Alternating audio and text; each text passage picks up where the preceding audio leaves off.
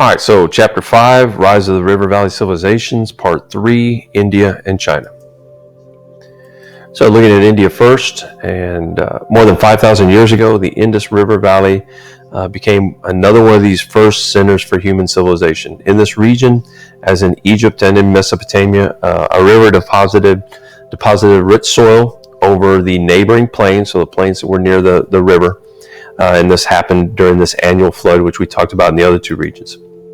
So looking at their agriculture and looking at their building. So their farmers grew barley, wheat, dates, and melons. Food surpluses allowed people to build large cities like Harappa and Mohenjo-daro. Hopefully I got that pronounced correctly. Each of these cities had more than 30,000 people. So more than 1,000 cities and settlements along the Indus River Valley have been excavated. So archaeologists have found 1,000 cities and settlements in this area.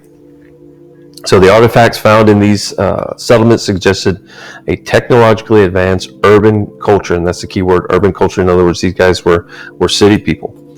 So what they found were dockyards, granaries, warehouses, brick platforms, and protective walls for a lot of these cities. They were among the first urban planners, with almost all their houses connected to public sewers and water supply. So these people were known as the Harappans, and they were also the first to make cloth. So trade and collapse. Trade was an important part of the Harappan economy. Many small clay seals, probably used for trading purposes, have been discovered by archaeologists. That's why they know they trade. That's why they figured that they traded so much. They also found kilns for making pottery and evidence of the use of metals. The Harappans developed their own form of writing, although scholars are still unable to decipher it today. So no one knows exactly why the civilization collapsed. A lot of it has to do with probably that we can't decipher the writing, but it happened very suddenly. And here's some different settlements and different buildings that you'll find around that area. And here's the writing down here. So what are some of the achievements of the Harappan civilization?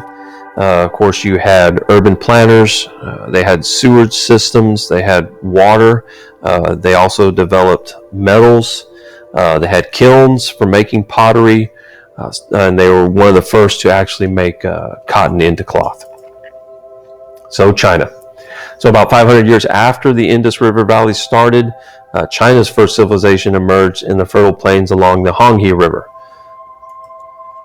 So looking at their agriculture, just like the Nile and just like the Indus River valleys, they had fertile soil along the Honghe River that had periodic floods. We've talked about that with all of them so far. And around 4,500 BC, the people of the Honghe began growing millet, and what they later, in millets, this down here kind of almost looks like small corn. They learned how to farm soybeans, which is one of their big foods still today. They raise chickens, they raise dogs, and they raise pigs. And this is a Chinese chicken here. This is which is called a silkie, kind of neat, and they actually have black skin. So government, around 1700 BC, a ruling family or a dynasty took power in China. And they built the first Chinese cities and established their capital around Anyang and near the Honghe, so in this area right in here. And the name of the first dynasty was the Shang, and they ruled with the help of powerful nobles. Nobles are what's going to give you your power and taxes and things like that. So the Shang kings were military leaders. They were also high priests who offered sacrifices to their royal ancestors. So China's contributions, a lot of it was cultural contributions. So the people living along the Honghe were skilled in many crafts. They were able to make bronze, and a lot of that stuff is still around today, still survives from that period. They also had superior weapons. They had ceremonial vessels, so things used in funerals and things like that. They were also the first ones to make silk textiles from silkworms, and really this is where you get your silkworm. So here's your silkworms, here's your cocoons, and that's where the silk thread comes from. So finally they were able to develop a writing system with pictographs, which is kind of like the hieroglyphics that we saw with the Egyptians.